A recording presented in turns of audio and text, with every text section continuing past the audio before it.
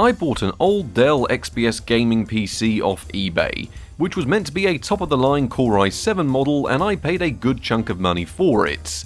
But unfortunately, after we got the unit out of the box, not everything seemed quite right. Turns out I got a bit scammed on this one and ended up with a bottom spec unit rather than the top end one I ordered.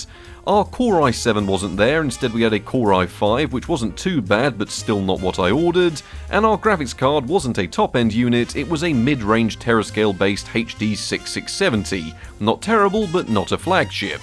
And the worst part of all this, well, half the RAM had been taken out, leaving us with a measly 4GB.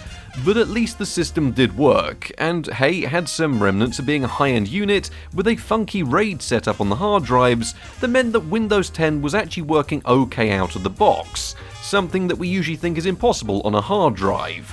Despite these underwhelming specifications though, we did manage to get some use out of the system in the benchmarks. GTA 5 managed to return a playable frame rate as long as we didn't have the resolution turned up too much, not that the 4GB of RAM was helping at all. The world of online proved simply too much for the system, and we gave up on it not too much longer after that. Fallout 4 was playable on the system but only in 480p, and Counter-Strike 2 wasn't all too much fun with a subpar frame rate and an even worse group of settings.